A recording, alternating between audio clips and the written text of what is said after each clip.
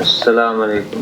علیکم السلام. کیا حال ہے بھائی جان؟ میں ٹھیک ہوں الحمدللہ. آپ کیسے ہیں؟ خیریت ہے. الحمدللہ. میرا سوال ہے کہ میں ہر نماز کے بعد فرض نماز کے بعد سورہ ناس، سورہ فلق، سورہ اخلاص یہ ایک بار پڑھتا ہوں، اور مغرب اور فجر کے دوران والی نماز میں 3 بار پڑھتا ہوں. کیا یہ صحیح حدیث سے ثابت ہے؟ پلیز جلد بتائیں. جلد یوٹیوبر. بتائیں انشاءاللہ. یوٹیوب پر جلد بتائیں. نحمدہ و نصلی علی رسول الکریم. آپ دیکھ رہے ہیں نوٹی وی جدہ اور میں ہوں آپ کا دوست، آپ کا ہوسٹ محمد عاقل جدہ سے مملکت سعودی عرب. یوٹیوب پر جلدی بتائیں. بہت سارے لوگ ہیں ہمارے چینل کو دیکھتے ضرور ہیں لیکن سبسکرائب نہیں کیا، اور بہت سے لوگ ایسے ہیں کہ ہمیں وائس میسج بھیج دیں گے اور وہ سوچتے ہیں کہ پتہ نہیں کیسے پتہ. جب آپ نے سبسکرائب بھی نہیں کیا، آل نوٹیفیکیشن الاؤ نہیں کیا تو یہ اطلاع کیسے ملے گی آپ کو؟ تو براہ کرم چینل سبسکرائب کر لیں اور آل نوٹیفیکیشن ضرور الاؤ کریں، تاکہ جیسے ہی ہم آپ کے سوال کو اپلوڈ کریں جواب آپ کی خدمت میں نوٹیفیکیشن کے ساتھ مل جائے. اب معوذتین کے بارے میں آپ پوچھ رہے ہیں. هذا من جوامع الاستعاذة. هذا من جوامع الاستعاذہ، اللہ سے پناہ اور مدد مانگنے کا یہ سب سے بہترین طریقہ ہے. ان کلمات کو یا ان صورتوں کو پڑھ کر دم کرنا. وفيه بيان الفضل العظيم لهاتين السورتين. اور ان دو صورتوں کا بہت فضیلت آئی ہے جن کو معوذتین کہتے ہیں، یا قل اعوذ برب قل هو اللہ احد، قل اعوذ برب الفلق، اور قل اعوذ برب الناس. قال عليه الصلاة والسلام لرجل قل هو الله أحد والمعوذتين. آپ علیہ الصلوۃ والسلام نے ایک شخص سے کہا کہ قل، آپ قل هو اللہ احد اور معوذتین تمسي وتصبح 3 مرات. آپ صبح کو، جب صبح ہو، اور شام کو 3 مرتبہ، اور صبح کو 3 مرتبہ، جیسے آپ کرتے ہیں نا. صحیح ہے، درست کرتے ہیں آپ. تكفيك من كل شيء. تکفیک من کل شیء، آپ کو اللہ رب العالمین ہر چیز سے حفاظت فرما لے گا. تكفيك من كل شيء. رواه داود والترمذي وحديث حسن. اسے ابو داود اور ترمذی نے نقل کیا ہے اور یہ حسن درجے کی حدیث ہے. من كل سوء من كل شر تغنيك عما عداها. اللہ اکبر. آپ اندازہ کیجئے آپ کا یہ عمل کتنا مبارک ہو سکتا ہے جو آپ کو ہر شر، فتنے، فساد، عین سب سے بچا سکتا ہے. المعوذتان لم يتعوذ متعوذ بمثلهن. اللہ اکبر. ایک آدمی جو پریشان ہے اس کی پریشانی کو دور کرنے کے لیے اس سے بڑا کوئی ہتھیار آپ کے پاس کیسے ہو سکتا ہے کہ جب قرآن کریم اس کو یہ بتا رہا ہے، نبی کریم صلی اللہ علیہ وسلم اس کے بارے میں فضیلت بیان فرما رہے ہیں اور کہہ رہے ہیں قل اللہ احد اللہ الصمد اور قل اعوذ برب الفلق قل اعوذ برب الناس پڑھا کرو. قال عليه الصلاة والسلام لعقبة بن عامر، عقبہ ابن عامر، انزلت الليلة. وہ عقبہ ابن عامر کی جو روایت پیش کی جا رہی ہے میں آپ کی خدمت میں پیش کرتا ہوں، وہ یہ ہے، امام مسلم نے اس کو نقل کیا ہے اپنی صحیح میں.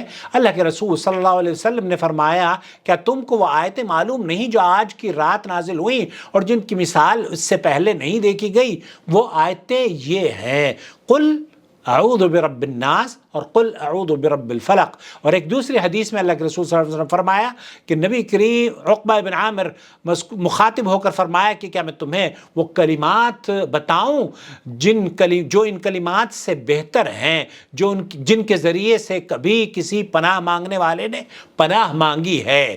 عقبہ بن عامر کہتے ہیں کہ میں نے عرض کیا یا رسول اللہ ضرور بتائیے. تو آپ علیہ الصلوۃ والسلام نے فرمایا قل اعوذ برب الفلق اور قل اعوذ برب الناس. ترمذی شریف نے میں عقبہ بن عامر سے روایت ہے، ایک روایت درج کی ہے کہ نبی کریم صلی اللہ علیہ وسلم نے ان کو ہر ایک نماز کے بعد معوذتین، سورہ فلق اور سورہ ناس پڑھنے کا حکم دیا. نسائی، ابن ماجہ، ابو داؤد وغیرہ میں یہ روایت موجود ہے. نبی کریم صلی اللہ علیہ وسلم کے پیچھے نماز ادا کی. ہم آپ علیہ الصلوۃ والسلام کے حضور میں پہنچے تو ارشاد ہوا کہو میں چپ رہا. آپ صلی اللہ علیہ وسلم نے پھر فرمایا کہو میں پھر بھی چپ رہا. آپ صلی اللہ علیہ وسلم نے فرمایا ارشاد صبح و شام قل هو اللہ احد اور معوذتین پڑھا کرو تم ہر ایک قسم کی شر سے محفوظ رہو گے۔ ترمذی شریف نے اس حدیث کو حسن قرار دیا ہے۔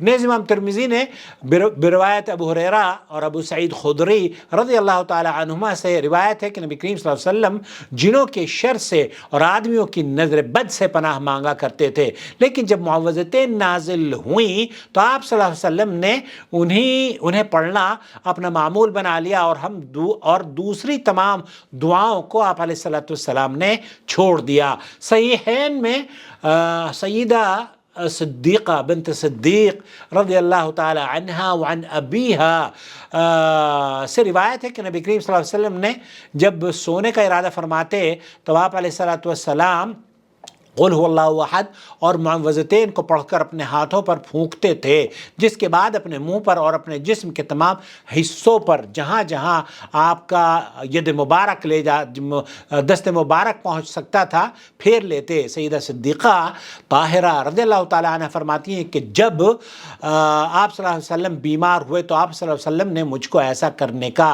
حکم دیا۔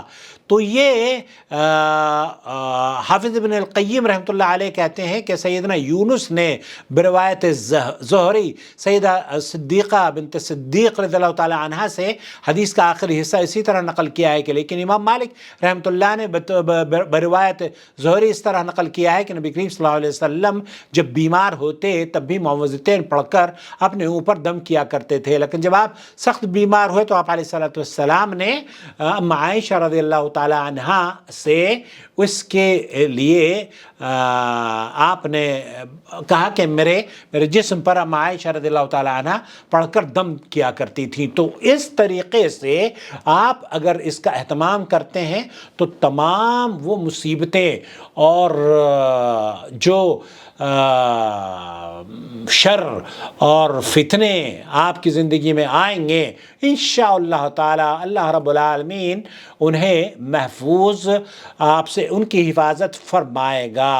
وَلَقَدْ وَصَّيْنَا الَّذِينَ أُوتُوا الْكِتَابَ مِنْ قَبْلِكُمْ وَإِيَّاكُمْ أَنِ اتَّقُوا اللَّهَ، اور یہاں ایک خطبہ امام حرم نے دیا تھا جس میں انہوں نے معوذتین کی فضیلت بیان کی تھی۔ اعوذ کا مطلب یہ ہوتا ہے کہ میں اللہ کی پناہ مانگتا ہوں یا حفاظت مانگتا ہوں یا بچاؤ مانگتا ہوں یا حمایت مانگتا ہوں۔